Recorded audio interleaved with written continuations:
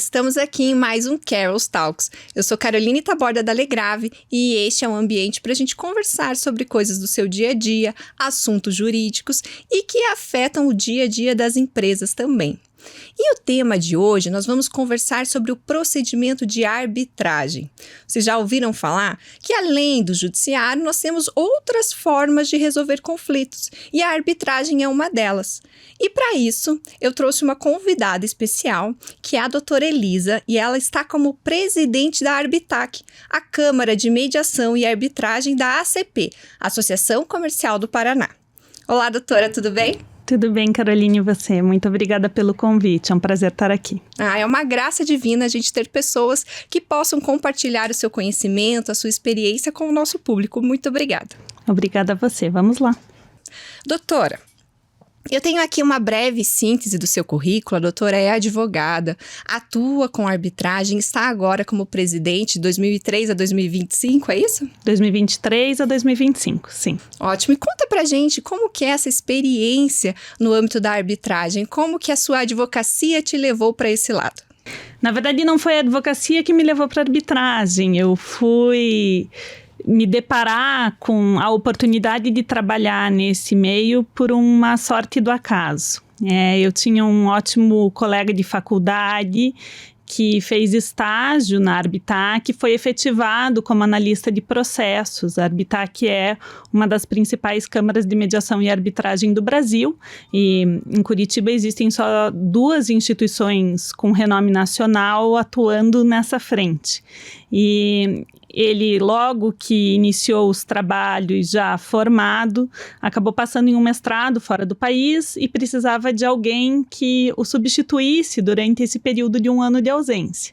E eu, recém-formada, então, no ano de 2010, fui contatada por ele para iniciar esses trabalhos na Câmara, a princípio como uma mera substituição.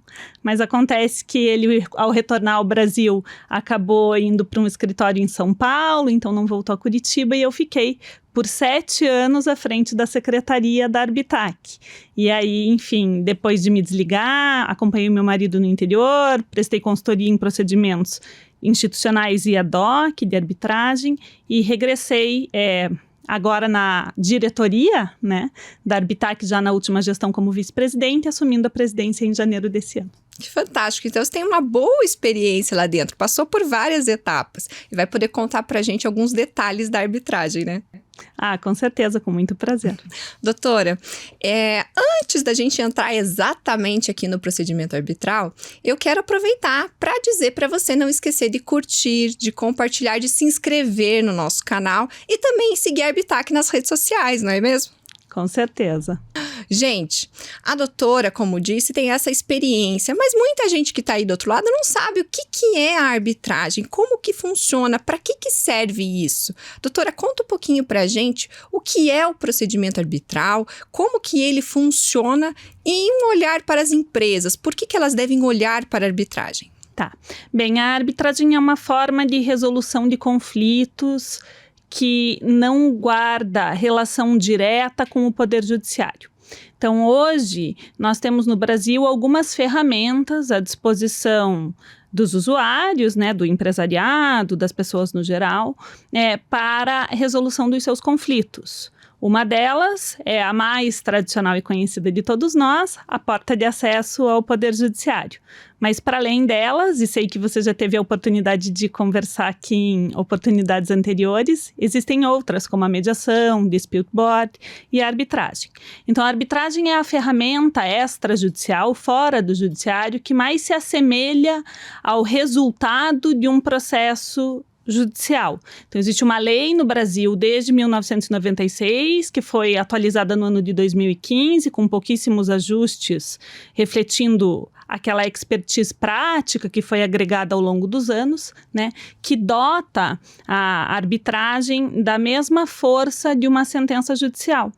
Então, se você resolve submeter um conflito à via arbitral, ao final deste processo, você vai ter uma sentença que é um título executivo judicial, como se tivesse sido proferida por um juiz.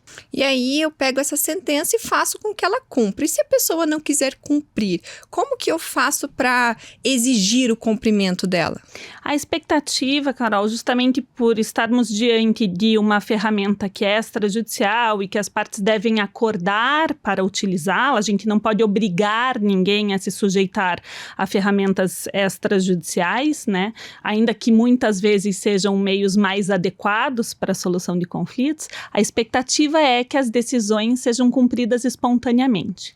Quando isso não acontece, no caso da arbitragem especificamente em razão da previsão legal, você entra com um rito de cumprimento de sentença no Poder Judiciário. E aí sim você vai ter uma execução dessa decisão, uma execução forçada dessa decisão, né, para que ela seja devidamente observada e cumprida. Então o efeito dela é igual de uma sentença no processo judicial, né? Porque às vezes você ganha o processo e aí a pessoa não cumpre, aí você tem que ir lá forçar com a execução, aí vem os sistemas, né, de bloqueios, quando a pessoa não paga, se for uma obrigação de pagar, e aí por diante. E essa sentença arbitral eu consigo fazer a mesma coisa, eu consegui falar, olha juiz, eu fiz o aqui, teve essa decisão, o árbitro tomou essa decisão nesse procedimento, mas não cumpriu. Então, você pode usar o poder do Estado para fazer com que essa pessoa cumpra. Isso. As funções desempenhadas pelos árbitros, elas são, no exercício da função, né, equiparadas às funções do juiz. O que o árbitro não tem é justamente esse poder de coerção, né?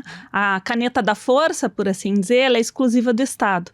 Tá? Então, quando nós precisamos de uma medida coercitiva, seja, por exemplo, para a condução de uma testemunha que se recusa a vir prestar depoimento, ou mesmo para cumprimento de uma decisão que tenha sido dada pelo tribunal arbitral e que a parte se recusa a cumprir, nós temos essa possibilidade de colaboração com o Poder Judiciário.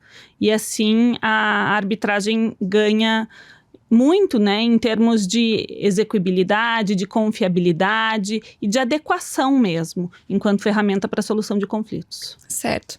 Doutora, vamos pensar aqui num caso que eu coloquei no contrato da minha empresa que eu gostaria de utilizar a arbitragem caso ocorra algum conflito. Mas a outra parte desrespeitou essa cláusula e foi lá e protocolou esse procedimento no Poder Judiciário. O que acontece? Eu tenho que confirmar para o juiz que eu quero a arbitragem ou ele já vai dizer, não, eu não vou receber esse processo aqui porque você decidiu que ia fazer arbitragem, vai lá resolver lá. Como que funciona?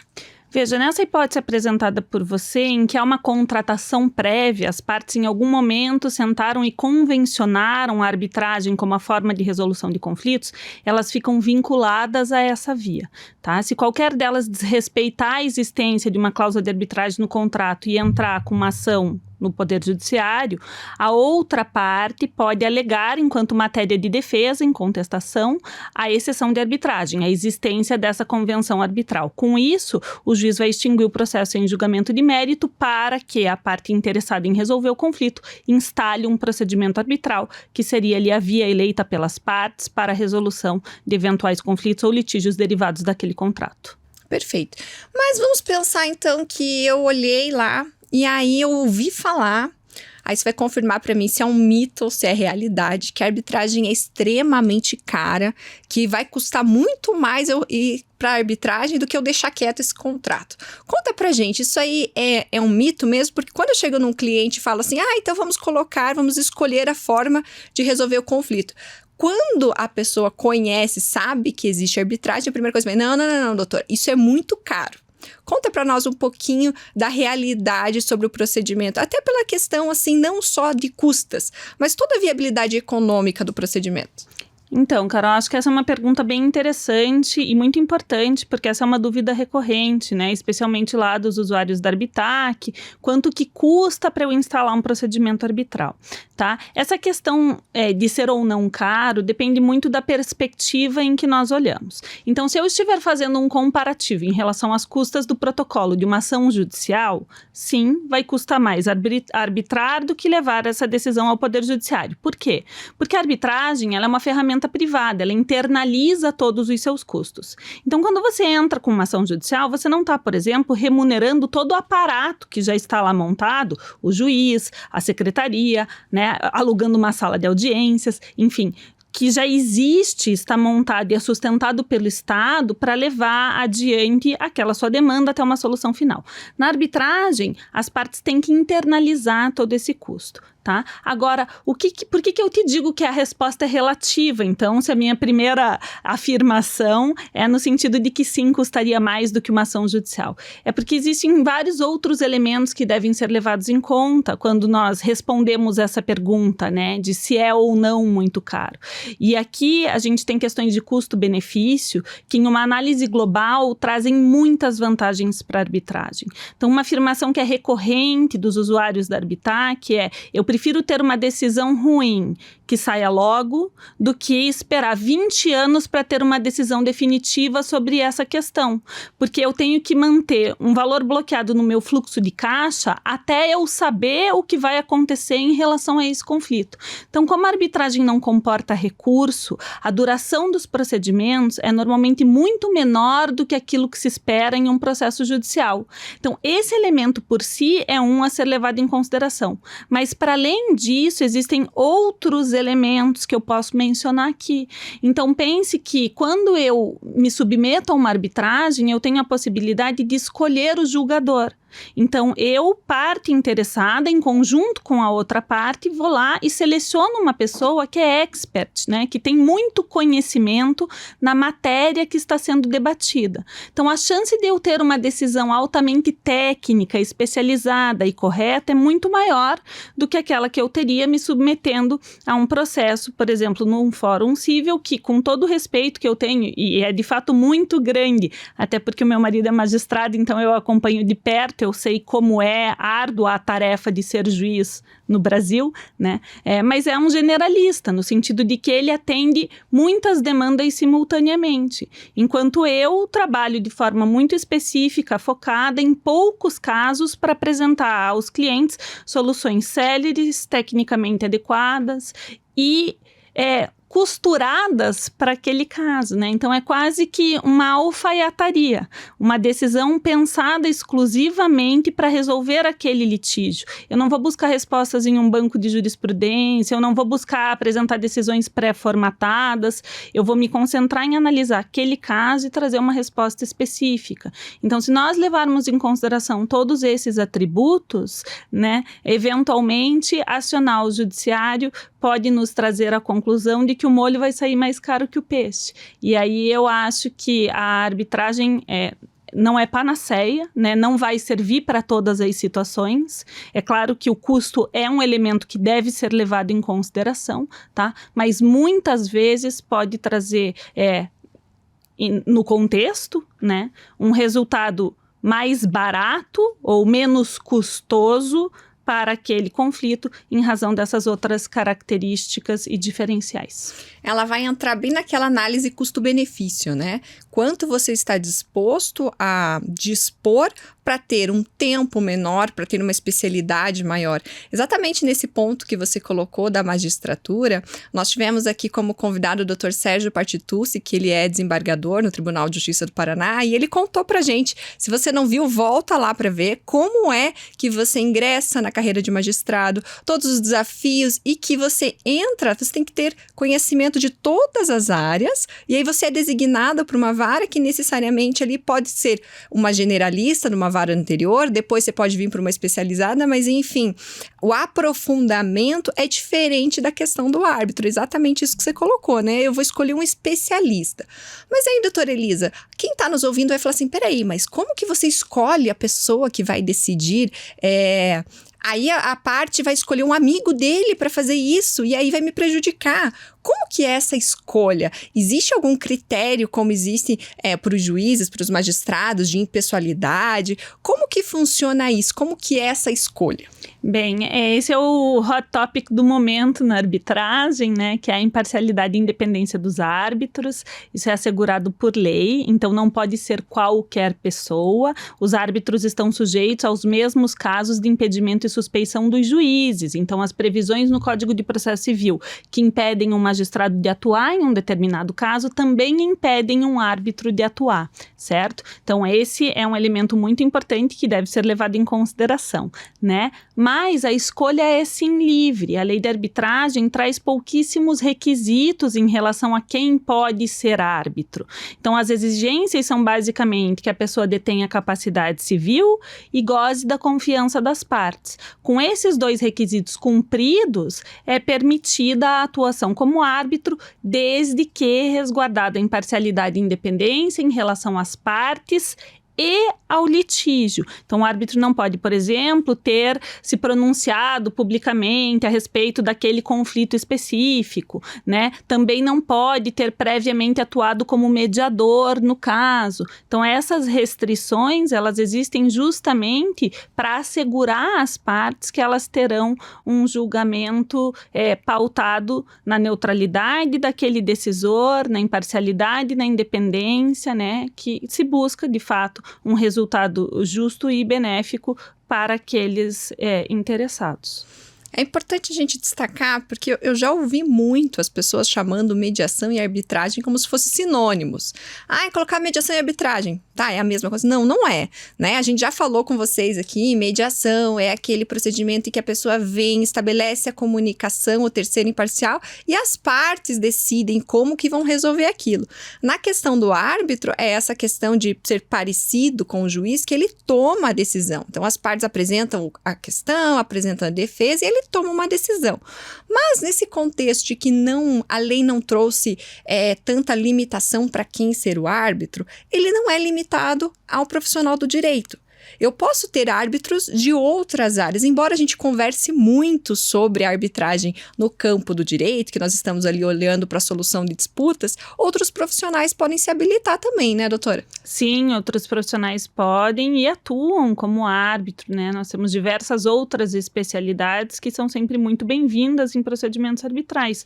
Pense você uma questão, por exemplo, de um projeto de infraestrutura, onde eu tenha envolvimento de obras, questões, né, sendo discutidas que levam em consideração um escopo específico de matérias absolutamente técnicas. É muito apropriado que eu considere ter no painel um engenheiro, por exemplo, né, para que essa composição multidisciplinar agregue aí a melhor solução para aquele caso concreto. Então, sim, é muito bem visto que nós tenhamos profissionais de outras áreas de atuação participando da arbitragem na qualidade de árbitros. O profissional de direito, ele acaba sendo priorizado, por assim dizer, porque a arbitragem, diferente da mediação, ela exige o cumprimento de um rito, né? Eu tenho que observar o devido processo legal. E aí são regras que o profissional do direito está mais habilitado, né? Tecnicamente habilitado a fazer cumprir, a fazer observar.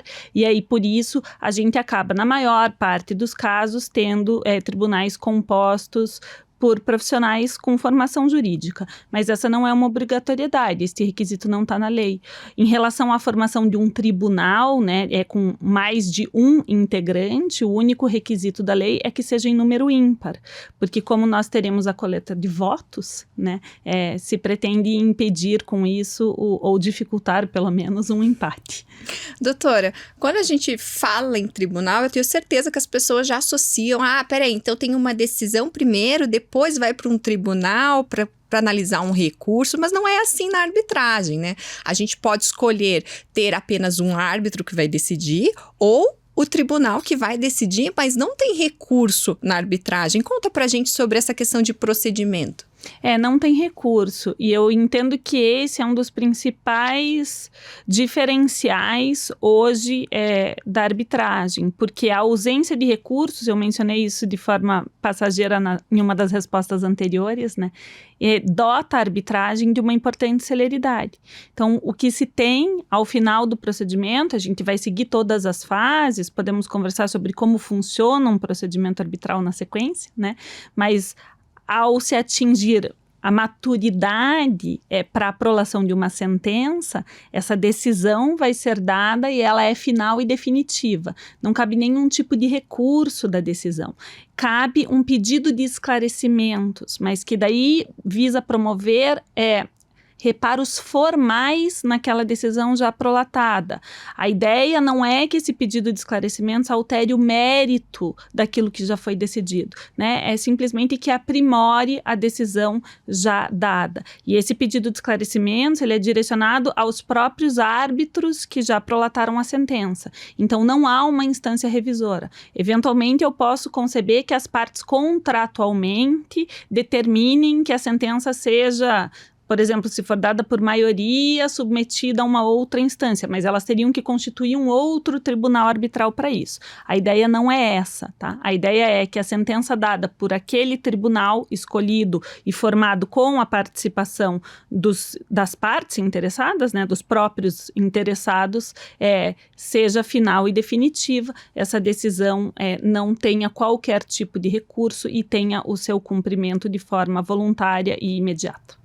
Doutora, se eu coloco um técnico, por exemplo, um engenheiro, como a senhora citou de exemplo, na composição desse tribunal, eu posso crer que isso vai diminuir o meu custo de ter que ter um perito naquela situação ou não necessariamente? Porque existem casos que eu posso ter perícia dentro da arbitragem, assim como no processo judicial. Mas se eu já coloco lá como um árbitro, um engenheiro, eu posso considerar que isso pode trazer um teor mais aprofundado da análise da decisão sem que eu vá para uma perícia? Eu sei que isso vai depender muito de caso a caso, mas numa olhar generalista para pensar ali em como as pessoas podem estruturar esses tribunais, porque eu penso assim, quando eu vou colocar uma cláusula de arbitragem, uma cláusula compromissória, o ideal é que elas tenham os mais requisitos possíveis para que não gere depois problemas na hora de aplicar aquela cláusula. Então, eu posso já considerar, dependendo da matéria que eu estou contratando, por exemplo, quais são os perfis dos árbitros que eu vou querer pôr lá. Tem como fazer uma análise, assim, mais generalista disso ou não? Você acha que, assim, tem que ser exatamente no caso concreto para dar uma resposta sobre isso?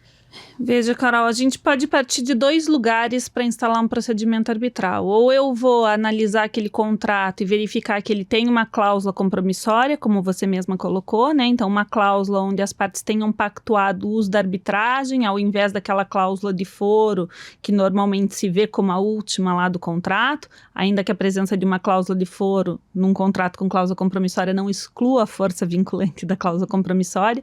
Se eu estou partindo daqui, a ideia que eu tenho é que eu devo deixar um pouco mais amplo o espectro de formação do tribunal arbitral, porque essa cláusula compromissória, ela seria aplicável dependendo da redação, claro, né, mas numa redação genérica que normalmente é o que se vê, ainda que cheia, completa, tá? Ela seria aplicável a quaisquer disputas derivadas daquele contrato. Então, no momento em que essa cláusula é inserida, eu ainda não sei que feição, que cara, de que disputas eu estou falando. De outra mão, eu posso iniciar uma arbitragem sem previsão de cláusula compromissória em contrato. Então, eu não havia lá originalmente previsto a arbitragem, mas nesse segundo momento, agora que eu já conheço o conflito, que ele já está instalado e eu sei exatamente sobre o que nós estamos discutindo, agora eu vou escolher submeter esse conflito à arbitragem. Nessa segunda opção, eu entendo recomendável que as partes já escolham quem serão os árbitros, eventualmente de forma nominal ou mesmo com um elemento caracterizador já próprio, porque aí sim eu tenho condição de, diante do litígio instalado, né, dizer qual especialidade seria adequada. E voltando um pouquinho nas suas considerações anteriores, né, sobre se um tribunal multidisciplinar pode levar a uma redução de custos, eu não acho que a presença de um profissional de outra especialidade no tribunal garanta a qualquer das partes a dispensa de perícia, mas certamente faz diferença, até mesmo porque na arbitragem, a gente não está vinculado aos meios de produção de prova tradicionais que geralmente se usam no judiciário. Então, eu posso pensar em uma hipótese como essa, na dispensa da nomeação de um perito pelo tribunal e de que as partes produzam laudos unilaterais por seus assistentes técnicos e tragam a análise do tribunal, que vai contar com pelo menos um de seus integrantes capacitado tecnicamente para analisar os pontos de divergência daqueles laudos, né, e tomar uma ou auxiliar na tomada de uma decisão informada. Então, sim, eu penso que é possível construir soluções onde se otimize a participação desse profissional com formação distinta, né, não jurídica, no tribunal arbitral, inclusive em relação à produção de prova pericial e equivalentes. Perfeito. Doutora, e aí eu visualizo que a importância do advogado na assessoria do cliente nessas escolhas, né? A gente tem visto um trabalho da OAB buscando capacitar os advogados para atuar em outras formas, né, de resolver conflito, até porque quem já está formado há mais tempo não teve isso na academia, né? Muitas vezes era uma matéria opcional e não optou, ou nem tinha isso como opção. E nós estamos vendo cada vez mais e isso vindo para o dia a dia das empresas, principalmente. Então, o papel do advogado, ele acaba sendo muito importante, não só em defender o direito à matéria técnica ali, mas também nessas escolhas. Como que a doutora vê isso? Com certeza, eu concordo plenamente. Eu acho que nós já estamos em um momento de evolução da prática jurídica, onde não basta mais o profissional conseguir auxiliar por uma única via de solução o seu cliente, né? Ele tem que saber manejar a caixa de ferramentas. Ele tem que saber dizer quando a conciliação é a ferramenta adequada, quando a mediação é a via adequada, quando o ideal seria eu incluir em contrato uma previsão de dispute board, quando a arbitragem pode ser útil ou eventualmente até mesmo necessária, né? E quando a via do Poder Judiciário é a mais adequada, o que também é possível de ocorrer em diversas ocasiões, né? Então, eu acho que esse preparo e essa análise primária, essa consulta com um profissional capacitado, especializado, traz grandes vantagens. Essa é uma preocupação que nós temos sempre ali na Arbitac, porque nem na arbitragem, nem na mediação, a presença do advogado é obrigatória, né? Mas é sempre altamente recomendada, certo? Porque eu tenho um profissional que vai sim ali assessorar a parte tecnicamente a alcançar os seus objetivos. Sem a presença do advogado, eu não tenho ninguém que faça pela parte esse papel. Então, a presença do profissional, especialmente daquele profissional tecnicamente capacitado, é essencial para o bom andamento não só do procedimento, mas para a própria consolidação da cultura dos métodos extrajudiciais ou adequados, que é a terminologia que eu prefiro, né, de resolução de conflitos no nosso país. Eu também gosto de utilizar adequado, sabe? Até porque quando a gente começa a analisar o caso e dar, sim, esse diagnóstico de escolher o melhor procedimento, a gente passa daquela premissa que muitos têm de que é uma opção ao judiciário ou alternativo, mas nem sempre o judiciário é dispensável. Em muitos casos ele é elementar para resolver aquele tipo de conflito, né, doutora? Mas vamos pensar lá. Eu não coloquei a cláusula. Como que eu faço para startar esse procedimento? Como que eu vou atrás? Eu chego lá na Arbitac e falo, oi, eu quero ter uma arbitragem. Como que funciona? Conta pra gente esse passo a passo. Até porque muitas vezes o empresário tá vendo a gente aqui e ele vai chegar no advogado dele e vai falar assim, olha aí, você já ouviu falar da tal da arbitragem? Eu quero ter isso nos meus negócios e tal. E se ele não tiver esse respaldo, ele pode procurar diretamente e depois ter outros advogados que vão assessorar ou até ajudar aquele advogado que não conhece a buscar essa via alternativa. Como que eu faço para chegar nisso? Bem, a Arbitac, ela só pode administrar conflitos que tenham previsão expressa, em termos de arbitragem, do uso dos seus regulamentos, tá? Então, eu preciso ter a previsão de que o regulamento aplicável é o regulamento dessa instituição. Isso geralmente acontece por meio da cláusula compromissória. Na mediação, esse passo prévio, ele é dispensado, porque não se obriga um compromisso formal das partes para se submeterem à mediação, mas na arbitragem, sim. Então, ou bem eu tenho a cláusula compromissória, ou eu não tenho. E se eu não a tenho, no exemplo que você colocou, eu posso seguir até a Arbitac e solicitar à secretaria que envie à contraparte daquele contrato uma carta convite para que ela venha em data e hora certa, local determinado, geralmente ali na própria estrutura da Câmara firmar o compromisso arbitral, que é justamente uma das formas de convenção de arbitragem que permite que as partes se sujeitem a um procedimento administrado pela instituição, porque aí elas vão contratar a submissão daquele litígio à arbitragem de acordo com o regulamento da Câmara. Então, isso é possível e é bastante utilizado.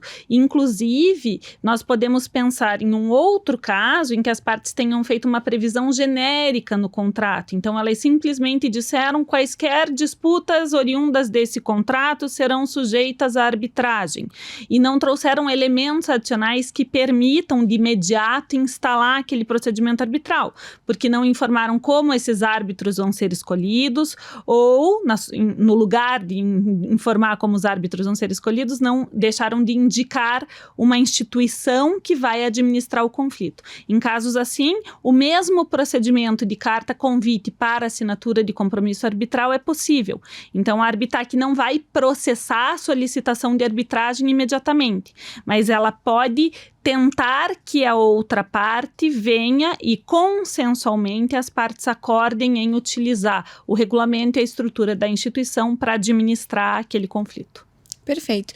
E aí, doutora, se eu tenho uma parte que não está na mesma cidade, não está no mesmo estado, ou quem sabe até em outro país, eu consigo fazer esse procedimento de forma digital? Eu preciso ter presencialmente as pessoas na mesma sessão, ir até pessoalmente até arbitrar? Como que funciona? Não é necessário. Hoje, com a assinatura digital, claro, tô falando das assinaturas certificadas, né? É possível que você tenha essa convenção feita remotamente, tá? Eu não tenho necessidade, em termos de segurança jurídica, de que todos estejam no mesmo ambiente e assinem com a caneta um pedaço de papel, né? Eu preciso sim da convenção escrita e eu preciso poder aferir o consentimento, mas existem muitas formas que permitem que isso seja feito hoje até mesmo remotamente. Até no judiciário já entrou, né? O juízo 100% digital, para mim tem sido ótimo. Tem gente que não gosta muito, mas eu gosto bastante dessa flexibilidade. Doutora, você adaptou bem? Então, ali na Arbitac a gente assiste, como a gente está do lado de cá do balcão e acompanha vários procedimentos, né? A gente assiste de camarote as reações. Então, muitas partes preferem, acham um tanto melhor que seja tudo digital, em razão da facilidade, mas outras ainda apresentam algum tipo de resistência. Então, basicamente, e essa resistência geralmente vem em razão do sigilo, das questões que estão sendo tratadas, uma preocupação de não se ter controle do ambiente quando há uma participação remota de um ou mais integrantes daquele caso, né? Geralmente o que se vê é que atos preliminares, como assinatura de termo de arbitragem, esse tipo de reunião de conferência de organização de procedimento e até mesmo uma audiência para apresentação do caso, onde só os advogados conversam diretamente com os árbitros para submeter oralmente as suas alegações, os seus pedidos, tudo isso já tem sido muito bem aceito virtualmente. Mas as audiências de instrução, né, aquelas dirigidas a ouvir partes e testemunhas, representantes legais das partes e as testemunhas arroladas, ainda têm sido preferidas no formato presencial, porque nós temos um controle melhor do ambiente em que essas pessoas estão inseridas ao prestar depoimento. E tem a questão da produtividade também, né, Carol, que eu acho que é importante, que você consegue ainda manter a atenção e o foco, uma escuta ativa, efetiva, por um número de horas maior presencialmente do que virtualmente. Então, essa é uma diferenciação que tem sido levado muito em conta nas arbitragens também. Quando nós temos audiências virtuais, geralmente os tribunais preferem que essas audiências durem um tempo menor do que seria autorizado que elas durassem presencialmente. E a gente pode eventualmente segmentar o ato em mais dias, não vai ter nenhum tipo de prejuízo, mas é só para garantir que essa atenção plena esteja sendo dispensada na produção da prova. E é interessante que essa questão também da adaptação do procedimento que a arbitragem permite é outra vantagem para a gente destacar, né? Porque muitas vezes estava ali pré-estabelecido de uma forma, mas as partes verificando que precisa alterar, que há essa necessidade, não é como aquele rito rígido do Código de Processo Civil no Judiciário. Eu tenho essa possibilidade de fazer alterações, sugestões, diminuir prazos, dilatar prazos. É isso mesmo? É isso mesmo. E sim, essa é uma das grandes vantagens, né? A gente não tem a aplicação obrigatória do Código de Processo Civil em procedimentos arbitrais.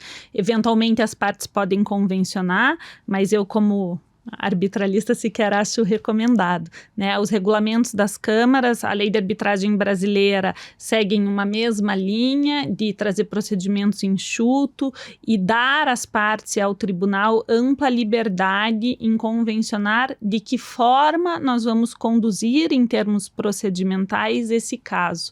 Então, a cada nova arbitragem, nós temos um momento em que o tribunal, consultando as partes, estabelece as regras do jogo.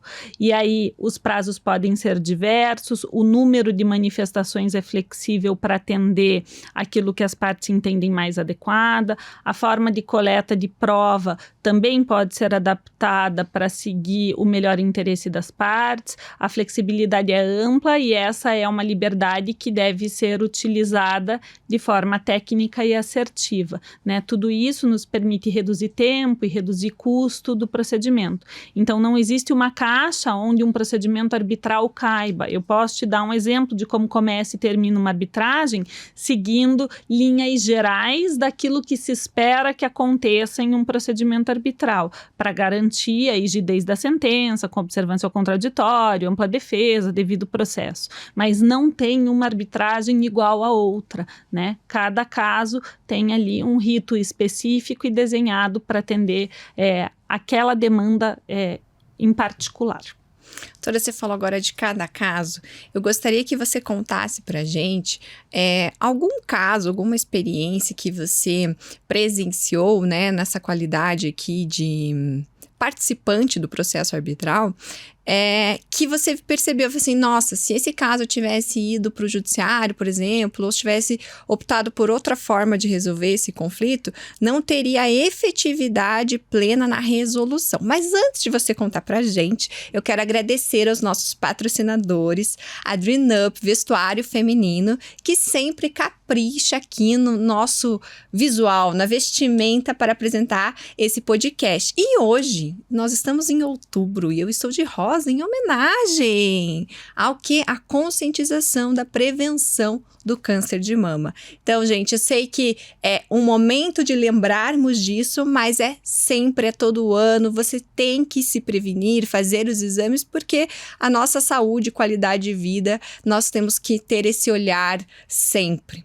E também a FG Soluções, que é a empresa que trata de soluções ambientais, que traz assessoria para você que precisa de uma solução ambiental, de licença ambiental para sua empresa, ou também engenharia de segurança do trabalho. Então, contem com nossos parceiros e não esqueçam de usar o nosso cupom CarolsTalks. Doutora, conta pra gente uma experiência prática para o pessoal aí conseguir tangibilizar tudo isso que a gente está conversando. Bem, olha só, eu poderia trazer vários exemplos, né? Eu considero que esses casos altamente complexos, onde as demandas que estão sendo submetidas ao tribunal exigem uma análise detalhada de um volume de documentos muito grande, nenhum deles seria adequadamente resolvido se estivesse diante de qualquer outra ferramenta de solução. Mas, para além desses, eu penso que casos envolvendo partes internacionais também encontram na arbitragem uma grande aliada, né? Porque aí eu tenho um terceiro elemento a ser considerado, que é a neutralidade do árbitro. Eu posso ter uma parte brasileira contratando um fornecimento de bens e serviços com uma parte argentina e, obviamente, nenhuma delas vai estar confortável em se submeter ao sistema judiciário nacional da outra, né?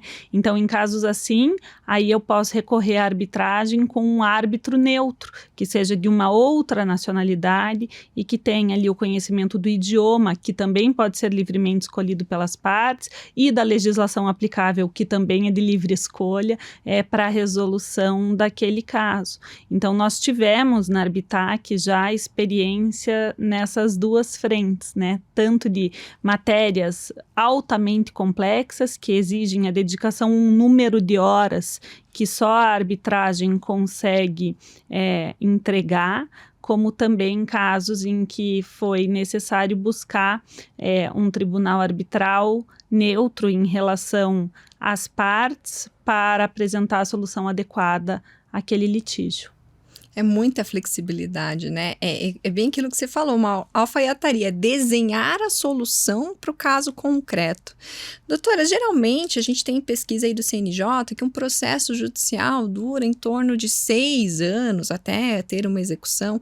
Tem uma média de duração dos procedimentos arbitrais? Vocês têm uma estatística sobre isso? Sim, a gente fez um levantamento recente na Arbitac, que a gente tem apresentado até com alguma frequência aí no curso desse ano, de que a média de duração dos procedimentos arbitrais no curso dos últimos 5 anos é de 20 meses e 15 dias, tá? Então, é claro que esse número não é um número mágico, né? Eu posso ter procedimentos se encerrando muito antes disso, eventualmente até porque as partes alcançam um acordo no curso da arbitragem e podem submeter esse acordo à homologação do tribunal, então vão sair com uma sentença que é um título executivo judicial, mesmo tendo alcançado um acordo em razão dessa homologação, como, eventualmente, eu vou ter procedimentos que tenham, por exemplo, a necessidade de realização de 2 ou 3 perícias complexas que vão alongar o tempo dessa arbitragem, ou árbitros altamente renomados que tenham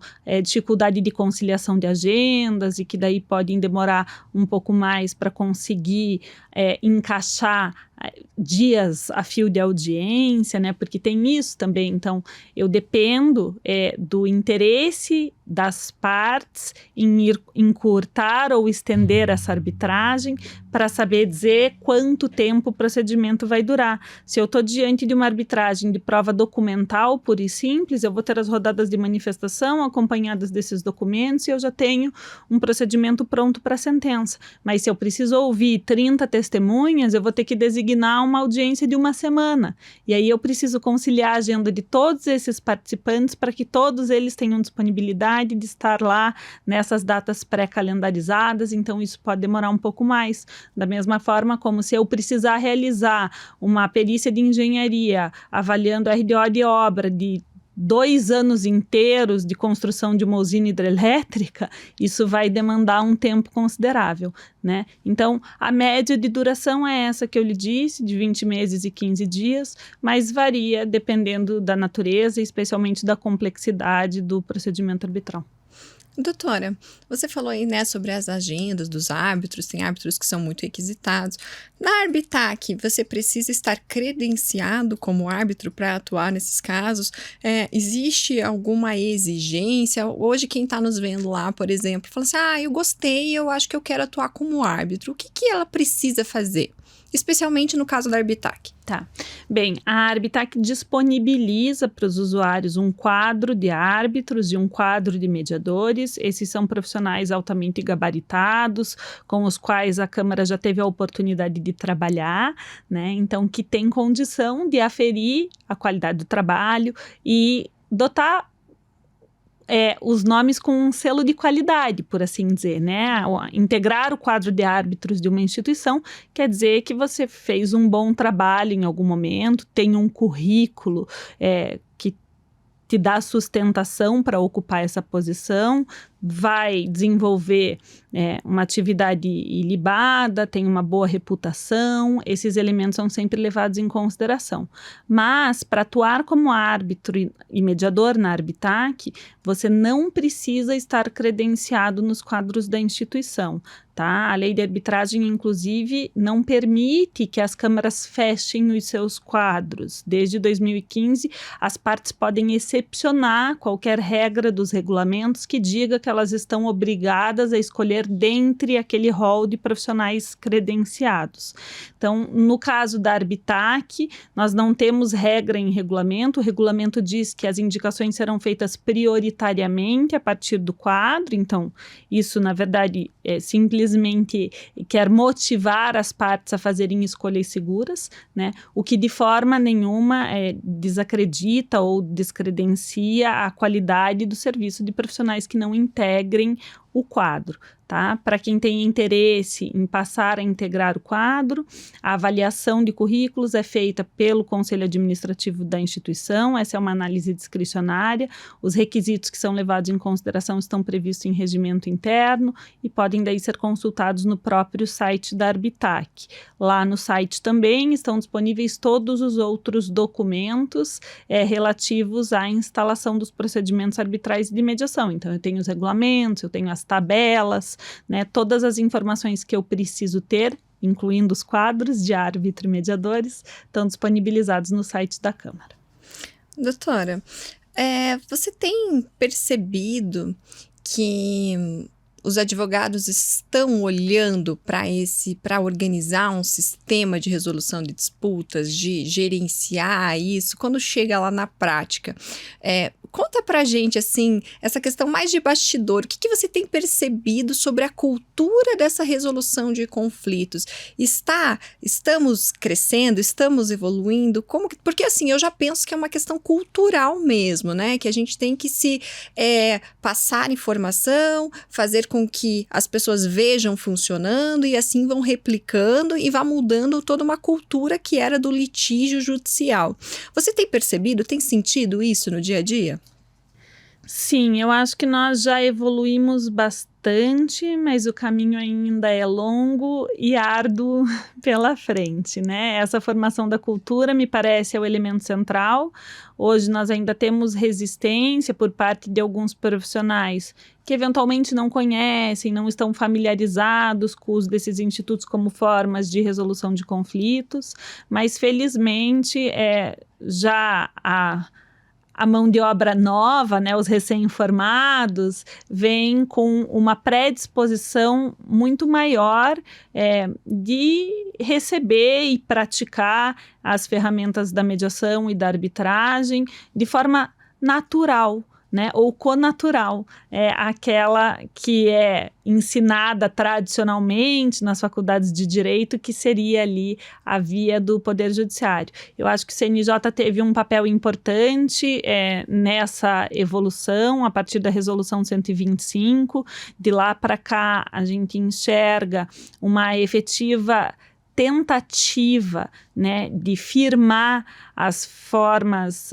extrajudiciais como válidas, adequadas e eficazes para a resolução de conflitos.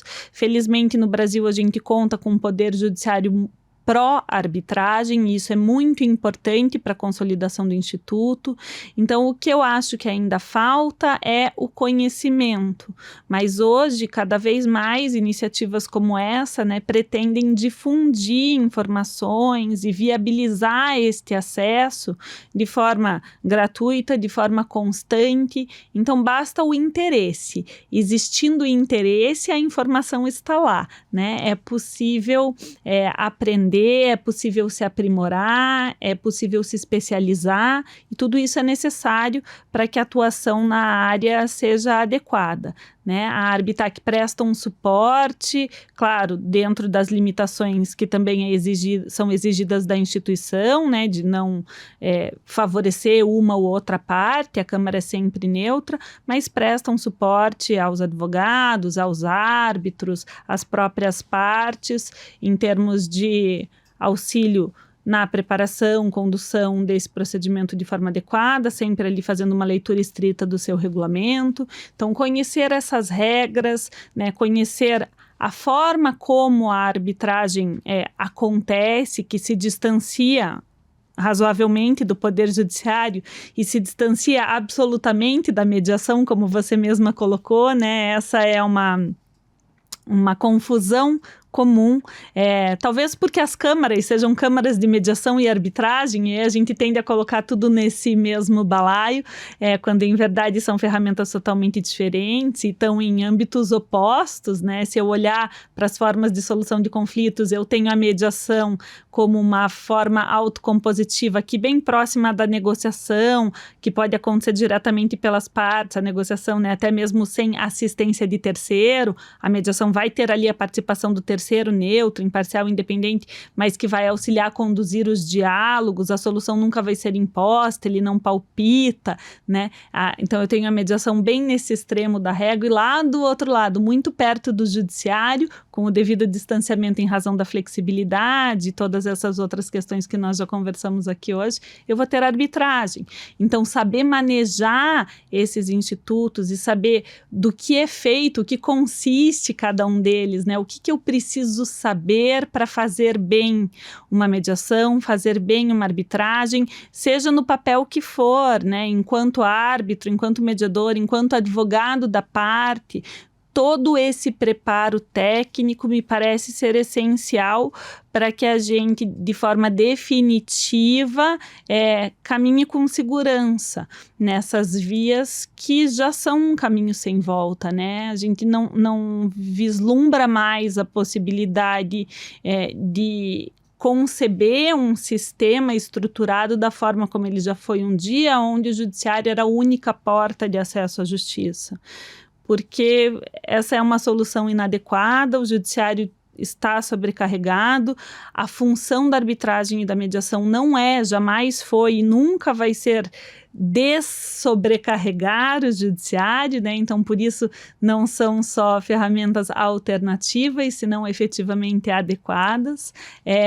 Mas é claro que se o judiciário puder focar naquilo que cabe a ele de forma exclusiva e prioritária, até mesmo a prestação desse serviço jurisdicional sofre um incremento significativo, né? Porque aí os magistrados vão ter disponibilidade de tempo para olhar com mais cautela. Quando eu digo isso, eu não digo precisão, mas disponibilidade efetivamente, os casos, né? O meu marido tem hoje, 4.000 processos na mesa dele, quando eu no escritório cuido de 15, tá? Então essa é uma diferença que não pode ser ignorada, né? Precisa ser levada em consideração. Sim, é acesso à justiça também, né? A efetiva justiça, eu conseguir ter várias portas ali para eu bater e ter uma resposta para o meu caso.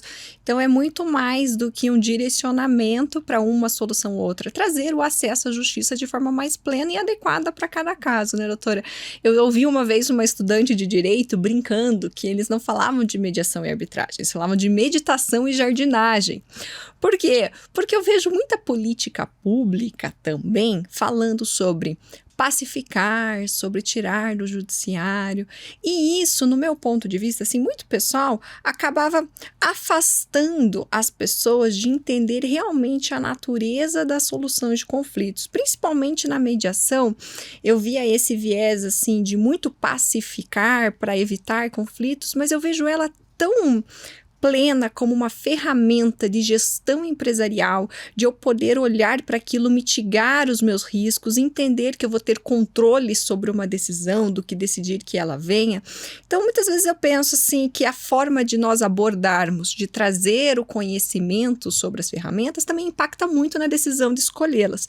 Quando eu decidi trazer esses temas para o podcast, foi exatamente para trazer isso. Falei assim, gente, não é um estereótipo de meditação e jardinagem, não, é muito mais além, é uma questão de gestão mesmo jurídica, gestão econômica e gestão de risco do teu negócio, né? Porque você escolhendo, por exemplo, a arbitragem, que eu vou ter uma solução que eu posso desenhar para aquele caso, é muito mais efetivo do que eu ficar jogando lá no 50-50 numa decisão judicial e esperar um direcionamento de uma jurisprudência X ou Y.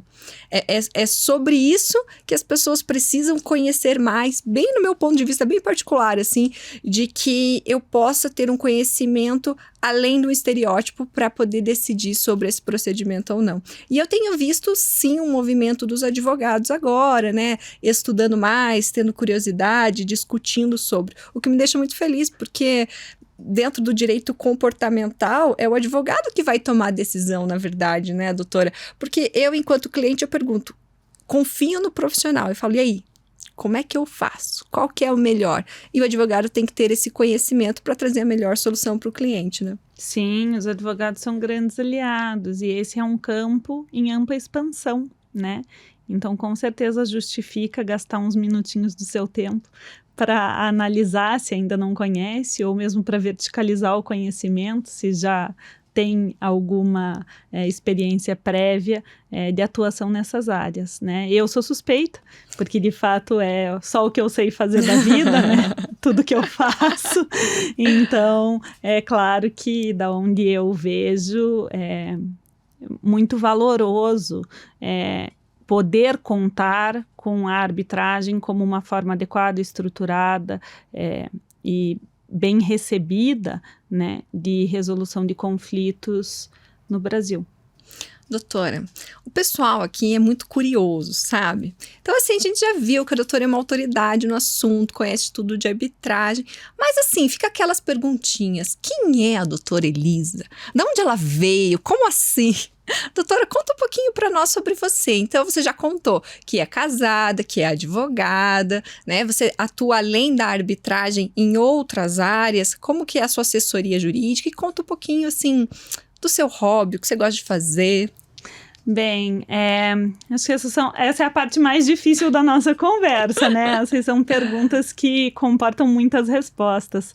Mas sim, eu sou hoje prioritariamente advogada, eu sou também professora, sempre com atuação no âmbito de ADRs, né? Alternative Dispute Resolution, que são essas ferramentas sobre as quais nós conversamos aqui hoje. Então, negociação, mediação e arbitragem. Eu sou sócia do escritório XVBM aqui em Curitiba, do professor Egon Bockmann Moreira, professor da Universidade Federal do Paraná. Tenho a felicidade de compartilhar os meus dias com ele, com a equipe do escritório desde 2019. Então, a minha atuação hoje é prioritariamente em arbitragens com administração pública. Eu sou nascida e crescida aqui. Meu hobby, se eu tiver que escolher um, definitivamente seria viajar. Eu gosto muito de ter contato e imersão com outras culturas. Eu aprendo muito viajando, aprendo a ressignificar conceitos que eu tenho como certos e penso que isso nos mantém em constante evolução, o que é muito importante, tanto em âmbito profissional como na vida pessoal. Então conta pra gente o lugar que você foi, que você mais gostou, que você fala assim, gente, vamos pra lá que eu recomendo. Olha, recentemente eu estive em Curaçao e é um lugar que eu recomendo muito, foi uma grata surpresa, tem voo direto agora do Brasil para lá, é uma viagem curtinha, as praias são lindas e vale a pena. Olha lá, tem dicas de viagem aqui também, gente, não é só direito. Doutora, muito obrigada, fique à vontade se quiser divulgar o contato, as redes sociais, tanto da Arbitac quanto do escritório, esse é o momento. Obrigada. Bem, se digitarem no Google Arbitac, vão ser imediatamente redirecionados ao site da Câmara, lá tem todas as informações. E se quiserem me buscar nas redes sociais, Elisa Schmidlin Cruz, fico à disposição para esclarecer dúvidas, receber comentários. Sempre fico muito feliz em poder compartilhar conhecimentos e aprender com vocês. Obrigada. Doutora, muito obrigada. Foi uma graça tê-la aqui. Fiquei muito feliz de ter aceito o nosso convite, de poder compartilhar seus conhecimentos com o nosso público. Eu que agradeço. Obrigada, gente. Esse foi mais um Carol's Talks. Até o próximo. Não deixem de curtir, compartilhar, se inscrever, tanto no Instagram, caroltaborda.adv. Por que eu sempre erro meu arroba, gente? Olha que absurdo. Tenho que decorar meu arroba que eu não sei. E também no YouTube, no Carol's Talks.